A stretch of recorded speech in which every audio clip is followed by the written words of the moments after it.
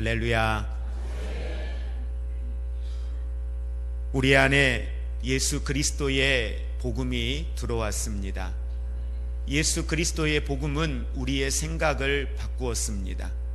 우리의 삶의 가치를 바꾸어 놓았습니다. 그리고 그 예수 그리스도를 믿는 믿음은 우리의 삶의 소망을 바꾸어 주었습니다. 이처럼 복음은 우리의 생각을, 우리의 삶의 가치를, 우리의 삶의 본질을 변화시켜주는 능력이 되었습니다. 그러면 그렇게 복음으로 인하여 우리의 삶의 변화를 경험했던 우리의 인생들은 나의 삶의 현장 가운데에 이 복음으로 인하여 나와 함께하는 사람들을 대하는 나의 보는 시선과 관점들이 어떻게 변화가 되어졌을까요? 여러분은 여러분의 삶의 현장 가운데 여러분의 자신을 어떤 관점으로 바라보고 계시고, 여러분과 함께하는 이웃들을, 성도들을 어떤 시각으로, 어떤 관점에서 그들을 바라보고 있습니까? 복음은 다른 사람들과의 비교에 기초하지 않습니다. 다른 사람들과 비교하여 상대적으로 나 자신을 평가하도록 허락하지 않습니다. 또한 복음은 우리로 하여금 누군가를 판단할 때에 그 사람의 행위나 그 사람의 사회적인 모습을 가지고 평가하도록 허락하지도 않았습니다. 오직 복음은 우리로 하여금 예수 그리스도 안에서 하나님이 나를 바라보시는 관점으로, 하나님이 나를 어떻게 바라보시는지, 그리고 하나님은 다른 이들을 바라보실 때 어떻게 바라보시는지 하나님의 시선으로 그들을 바라보기를 원하고 계십니다. 그래서 복음은 우리로 하여금 위에 있는 사람이나 아래에 있는 사람들과 비교하기보다는 오직 자기 자신이 가진 것과 있는 그대로 자기 자신에 대하여서 하나님이 보시는 관점에서 우리 자신을 보고 평가하는 것을 원하고 있습니다.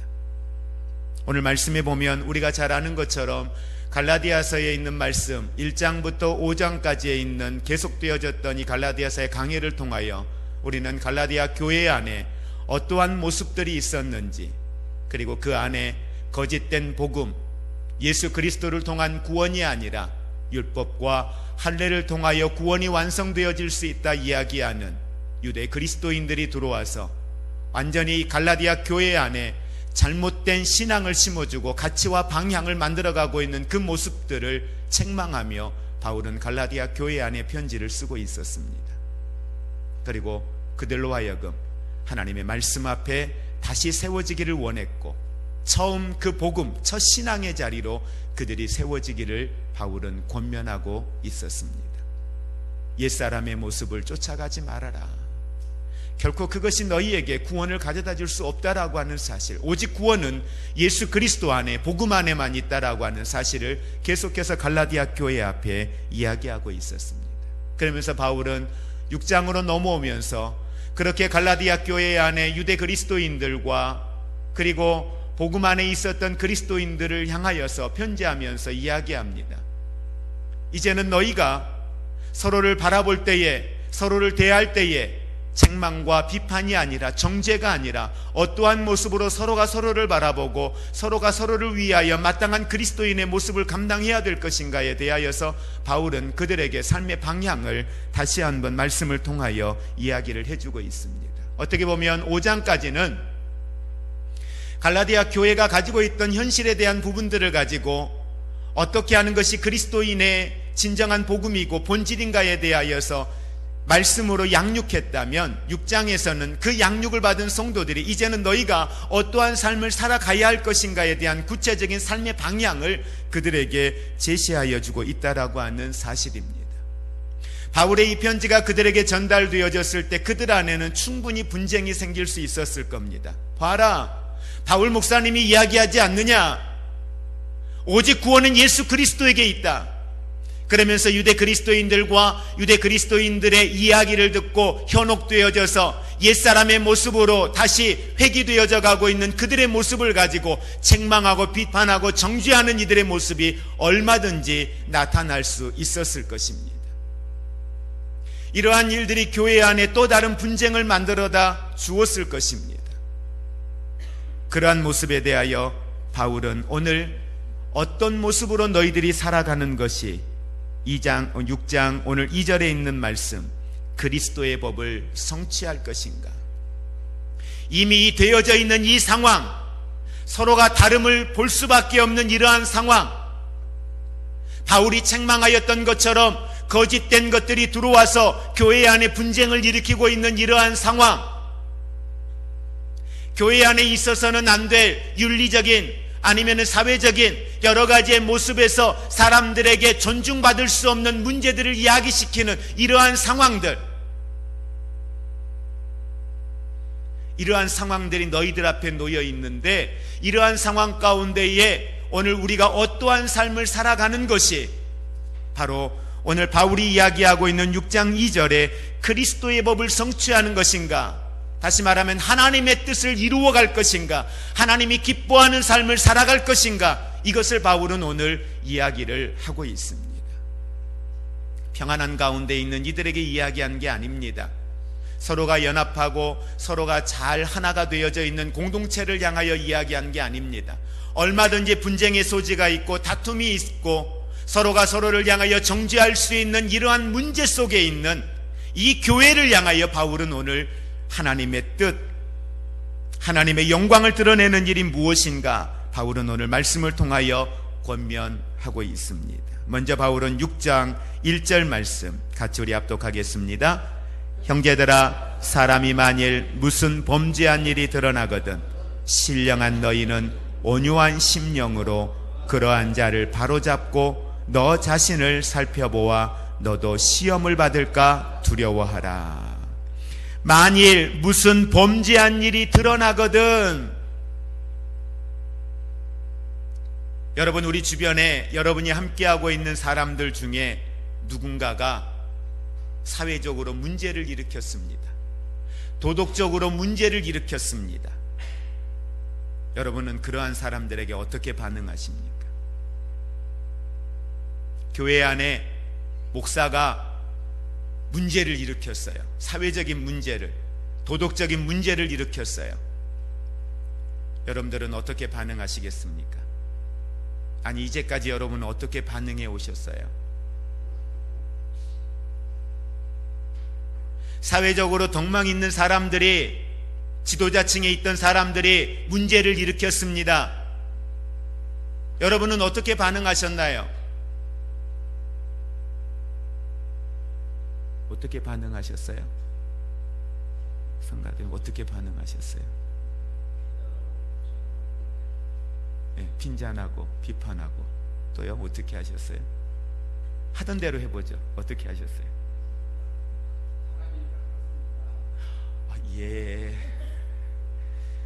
한마디로 말을 딱 정리하셔버려요. 사람이니까 그럴 수 있다. 집사님은 그게 가능하실 것 같은데 저는 못 그랬던 것 같아요. 어떻게 그럴 수 있지? 때로는 막 화도 나고요.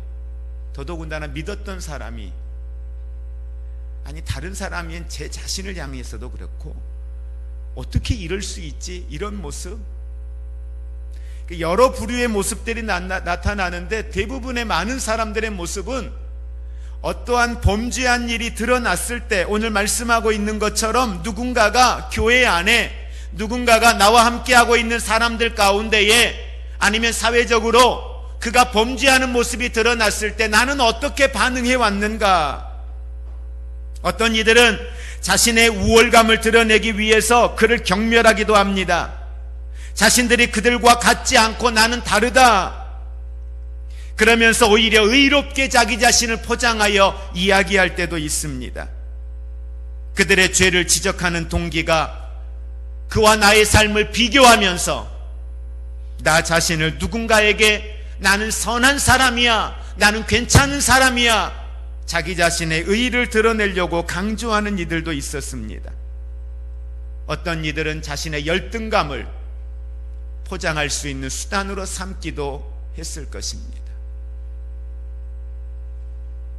얼마나 많은 사람들이 그 사람의 연약함을 가지고 드러낸 사회적 그 문제를 이야기했던 그의 행동을 가지고 우리는 정죄하고 판단했는지 모릅니다. 자, 바깥에서는 어떻게 했는지 모르겠습니다. 우리 교회 안에서 한번 들여다볼까요? 교회 안에 누군가가 참 모난 말을 했어요. 모난 행동을 했어요. 어떻게 목사가 그럴 수 있지?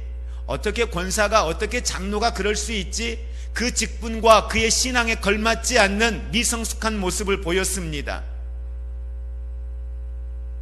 교회 안에서 이런 일이 생길 때 우리는 어떻게 반응합니까?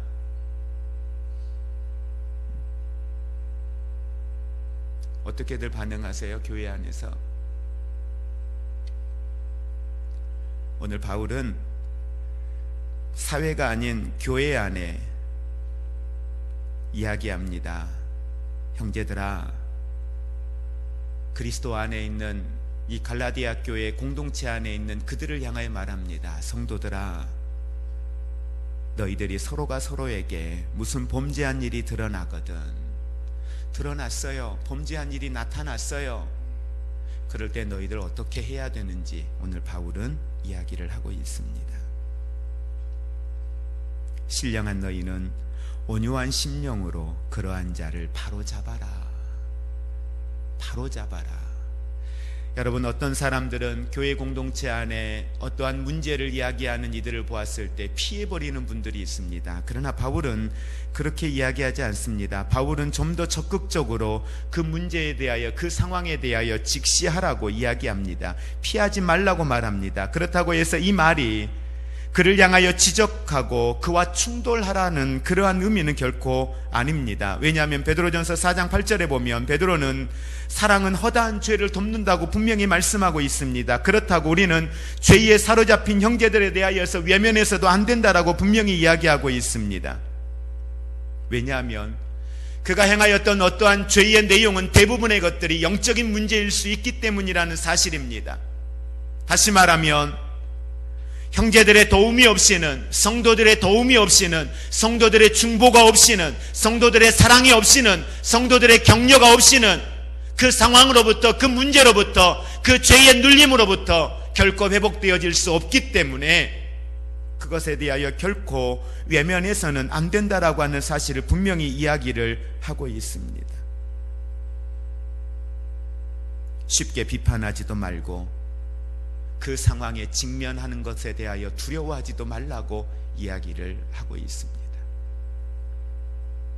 그러면서 오늘 바울은 이렇게 말합니다. 신령한 너희는 온유한 심령으로 그러한 자를 바로 잡아라 라고 이야기하고 있습니다. 바로 잡는다라고 하는 이 말의 원어의 의미를 살펴보니까 이 말이 어디에 쓰여졌냐면 의학적인 용어였습니다. 여러분, 뼈가 어긋났을 때 흔히 골반이 빠졌다, 뼈가 빠졌다, 틀어졌다 이런 이야기들을 하죠.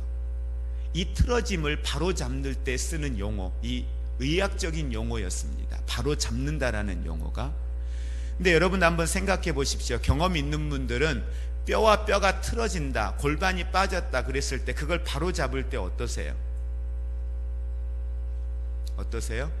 진통이 있습니다. 아파요. 정말 악소리 나죠. 너무너무 그게 고통스럽고 힘듭니다. 오늘 우리가 교회 안에서 이와 같은 바로 잡는 과정 가운데에 통증은 피할 수 없이 반드시 수반되어질 수밖에 없는 것들입니다. 그러나 그것은 치유를 위한 고통이라는 사실을 우리는 기억을 해야 할 것입니다.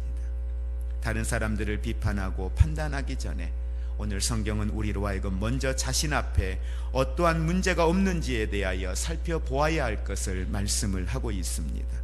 왜냐하면 다른 사람들을 치유하는 사람들은 자신도 유사한 부분에 대하여 취약할 수 있다라고 하는 사실들에 대하여서 인정할 수 있어야 되고, 더 나아가서 하나님의 은혜와 도우심이 없다면 우리도 똑같은 연약함을, 똑같은 그 죄를 반복할 수 있다라고 하는 사실에 대하여 인정하고 겸손함으로 그 상황을 받아들여야 하기 때문입니다. 우리도 다를 수 없다는 거죠. 우리도 예외가 될 수 없다는 거죠. 언제든지 저 사람의 무너짐처럼 우리 또한 무너질 수 있고 실수할 수 있고 범죄할 수 있다라고 하는 이 사실에 대하여 우리는 결코 나는 아니라고 이야기할 수 없다라고 하는 사실입니다. 그런데 오늘 바울은 이 말씀만을 전하는 것이 아니라 대단히 중요한 걸 우리에게 이야기하고 있습니다. 어떠한 사람이 교회 안에 이러한 치유자의 역할을 감당할 수 있느냐? 어떠한 사람들이 교회 안에서 하나님의 법, 그리스도의 법을 성취할 수가 있느냐? 오늘 1절 말씀 시작하면서 바울은 신령한 너희는 온유한 심령으로 하라고 이야기하고 있습니다. 신령한 너희는 성령의 인도함을 받는 사람을 이야기합니다. 신령한 너희라, 이 말은 성령의 인도를 받는 사람, 성령 안에 있는 사람, 말씀 안에 있는 사람, 하나님의 은혜 안에 있는 사람. 신령한 사람은 깨어있는 사람입니다. 하나님과 소통하는 사람입니다. 하나님 아버지의 마음을 가지고 사람들을 바라볼 수 있는 영성이 있는 사람입니다.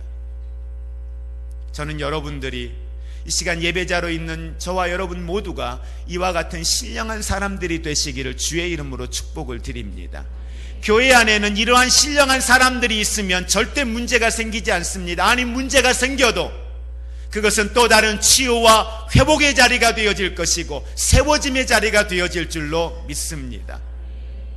교회 안에 어떤 이유에서든지 분쟁이 생겼다, 잘잘못은 뒤로 하고 분쟁 그 자체는 둘 다 성령 안에 있지 않다라는 겁니다.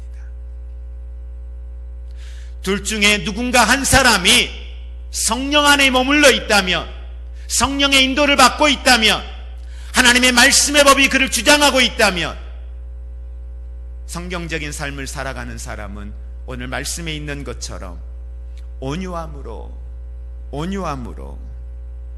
오히려 그의 연약함을 가지고 하나님 앞에 어떻게 하는 것이 하나님의 뜻을 이루는 것인가, 어떻게 하는 것이 그리스도의 법을 성취하는 것인가, 어떻게 하는 것이 이 상황 가운데에 하나님의 방법인지 하나님의 지혜를 구하고 믿음으로 기도하며 나아가게 될 것입니다.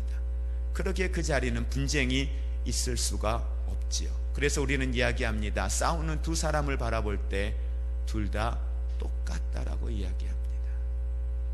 교회 안에 분쟁이 생기는 순간, 누군가 성도와 성도의 다툼이 생기는 순간 그 누구도 성령의 사람이라고 말할 수 없습니다. 이유가 어찌 되어졌든지 정말 성령의 사람이라면 성령의 인도를 받기 때문에요. 말씀의 법이 그를 주장하기 때문에요. 그러면서 바울은 좀 더 적극적으로 우리에게 말씀을 하고 있습니다.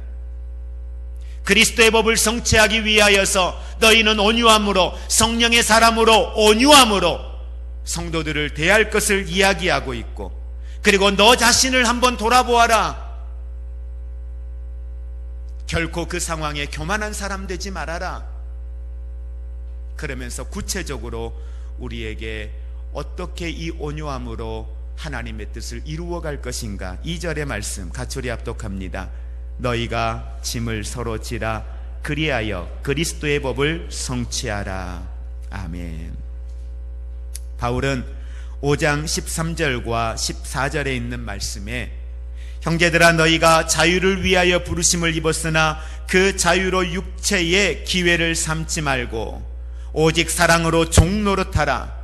온 율법은 내 이웃 사랑하기를 내 자신같이 하라 하신 한 말씀에서 이루어졌다라고 말씀을 하고 있습니다. 그리스도의 법은 이웃을 내 몸처럼 사랑하는 법에서 완성되어진다라고 하는 사실입니다. 왜 이웃 사랑하는 법이 그리스도의 법입니까?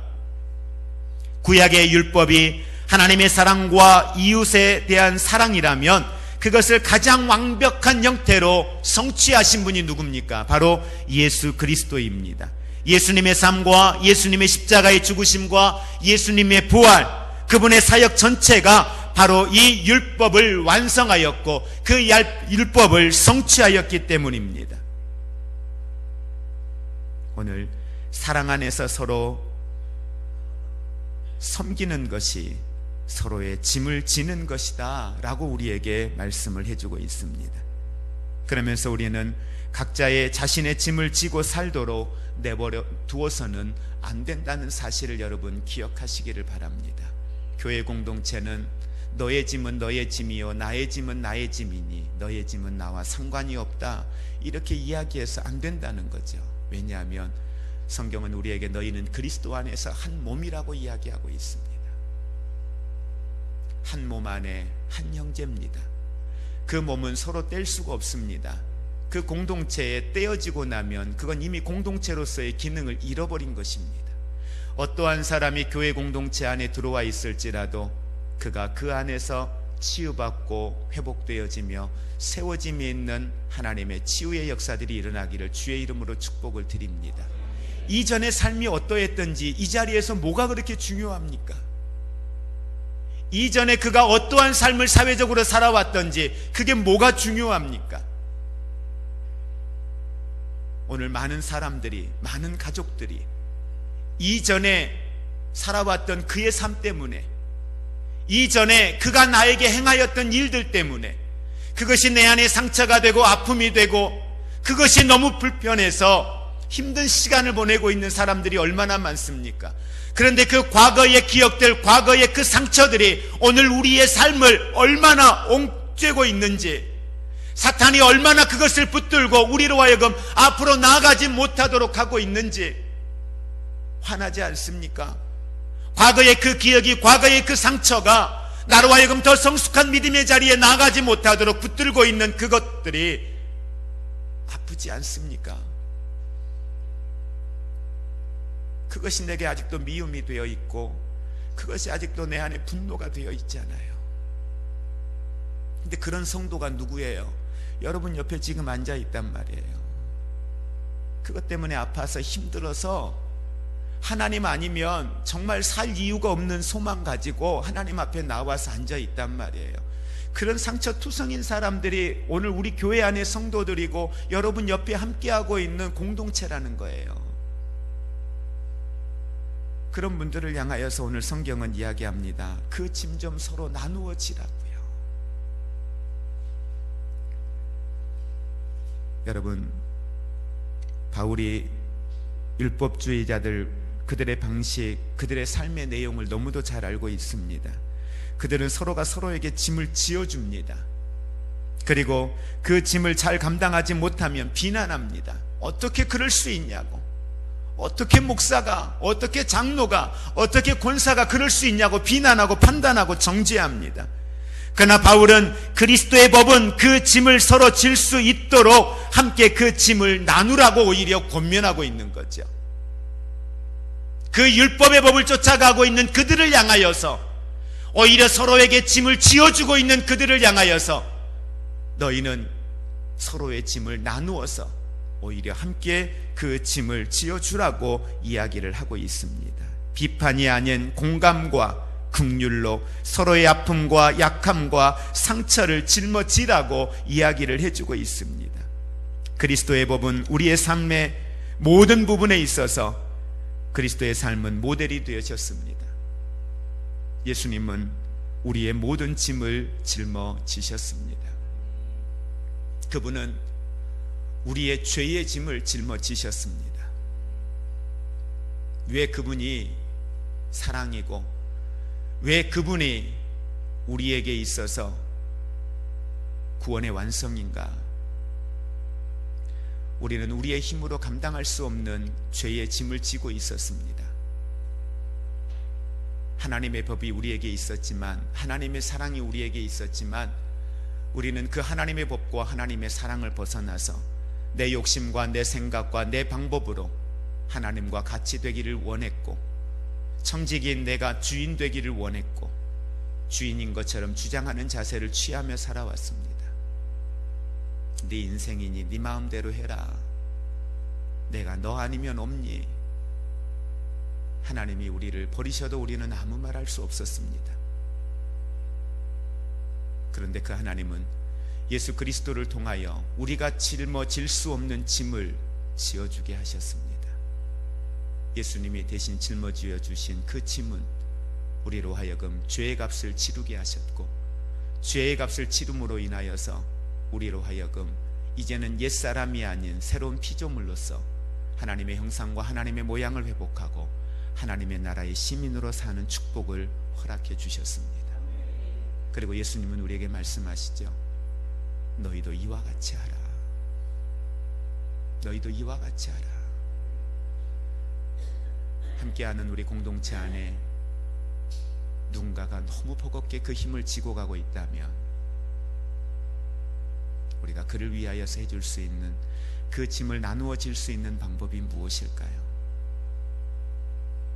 여러분 남편을 위해, 여러분의 아내를 위해, 여러분의 부모님을 위해, 여러분의 자녀를 위해, 교회 공동체 안에 여러분의 목장 안에 있는 함께하는 이들을 위해 힘들어서 버거워서 포기하고 싶어서 머뭇거리고 있는 그들을 위하여 여러분들이 대신 그들을 위하여 짐을 지어준다면 어떻게 짐을 지어주시겠습니까?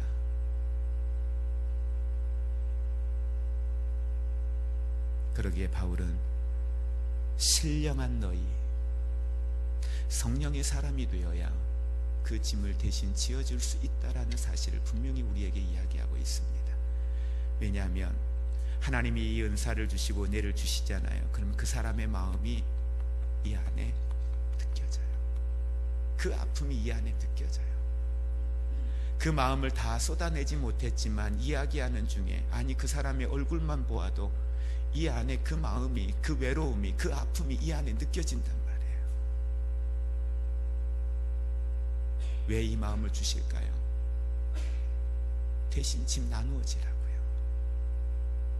우리가 나누어질 수 있는 방법은 여러 가지가 있을 겁니다. 여러 가지가 있을 것인데 그 중에 가장 큰 것은 결국은 우리가 그 스스로가 그 아픔과 그 연약함 때문에 힘들어 기도하는 자리로 가지고 가지 못하니 우리가 함께 하나님 앞에 기도하는 자리로 가지고 가는 겁니다. 대신 위에서 중보해 주는 겁니다. 나의 아픔을 위하여 하나님께 기도한 것처럼 하나님 앞에 간절히 기도하는 것이지요. 우리가 짐을 같이 지어주는 겁니다. 정죄와 판단보다는 위로와 격려의 말로 그 짐을 대신 지어주는 것입니다. 때로는 육체적으로 그의 삶에 내 필요를 채워줄 수 있다면 같이 수고해주고 같이 협력해 주어서 그 짐을 같이 나누어 주는 것이지요. 때로는 밤을 지새워 주어야 할 일이 있다면 같이 옆에서 묵묵히 밤을 지새워 줄 수 있다면 그것이 그리스도의 사랑이고 그것이 바로 그리스도 안에서 서로의 짐을 나누어 지어주는 것이지요.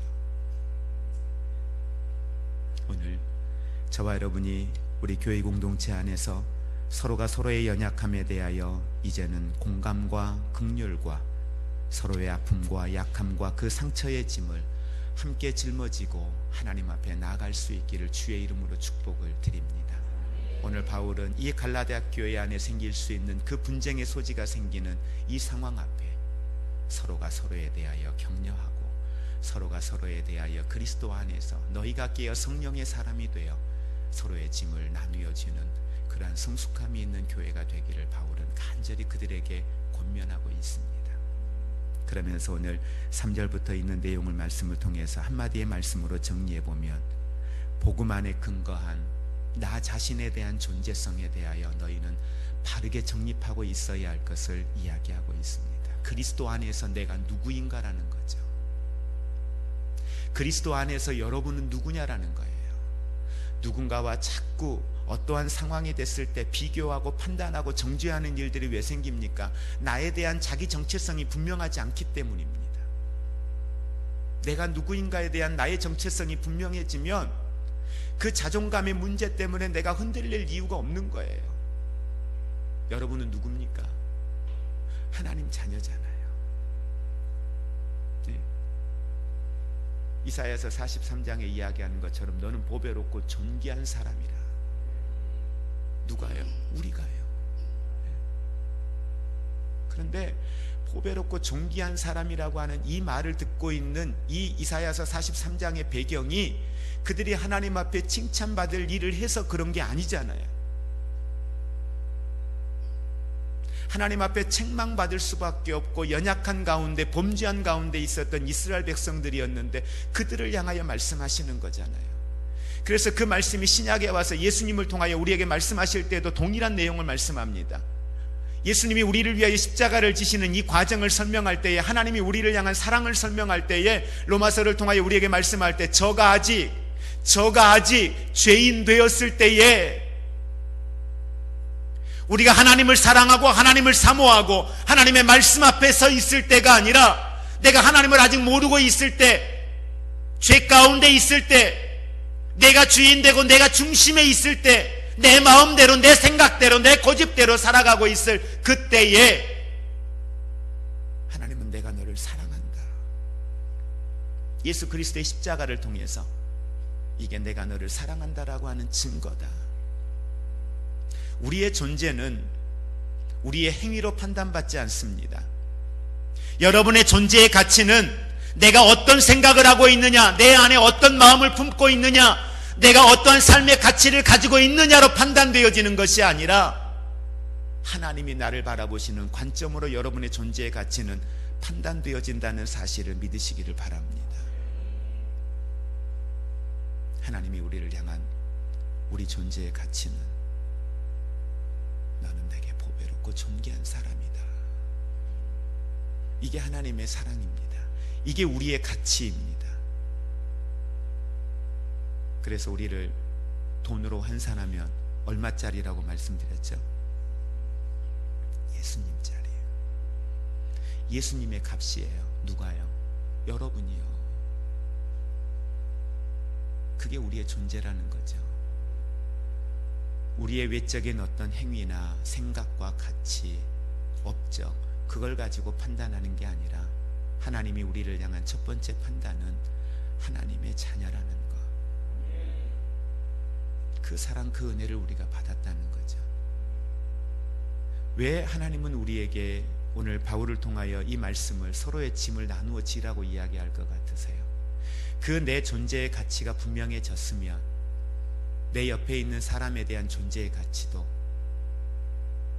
하나님이 보시는 관점은 동일하다는 거죠. 나도 죄인 되었을 때 그랬잖아요. 그 사람의 윤리적인 연약함, 사회적인 어떤 문제, 이전의 과거의 옛 모습, 그게 어떠한 모습이었다. 나는 속상하고 화나지만, 나는 그 사람이 내게 했던 것 때문에 속이 뒤집어지고 생각도 하기 싫지만, 기회만 있으면 떠나 도망가고 싶지만, 중요한 건 하나님이 그분의 곁에 지금 계신다니까요. 하나님이 그분을 향하여서 너 또한 내게 보배롭고 존귀한 자라고 말씀하고 계신다는 겁니다. 그러니 너희는 이 짐을 서로 나누어 지어라. 이게 그리스도의 법을 이루는 겁니다. 이게 하나님의 관점이에요. 어떻게 하겠습니까? 이 말씀의 삶을 그렇게 살아가기 위해 이제는 저와 여러분이 성령의 사람이 되시기를 주의 이름으로 축복을 드립니다. 그래서 이 성숙함이, 이 그리스도의 법을 성취함이 우리 교회 공동체 안에, 여러분의 가정 가운데, 여러분이 머물러 있는 그곳에 하나님의 능력으로 임하는 축복이 되기를 주의 이름으로 축복을 드립니다. 이제는 우리 주 예수 그리스도의 은혜와 하나님 아버지의 사랑하심과 성령님의 교통하심이 성령의 사람이 되어 온유함으로 그리스도의 법을 성취할 때 연약한 성도들의 짐을 서로 나누어 지며 한 몸 공동체로서의 하나됨을 힘써 지키며 하나님께서 나타내기를 원하시는 하나님의 거룩한 일들을 내가 만나는 만남과 관계를 통하여 그리스도의 법을 이루어감으로 주의 나라를 이루어가기를 사모하는 사랑하는 모든 성도들 위해, 저들의 가정 위에, 우리의 삶의 현장들 위에, 특별히 이 시간도 육체적인 연약함과 마음의 연약함과 삶의 문제들로 힘들고 지쳐있는 사랑하는 모든 성도들 위해 이제로부터 영원토록 함께 있을지어다. 아멘.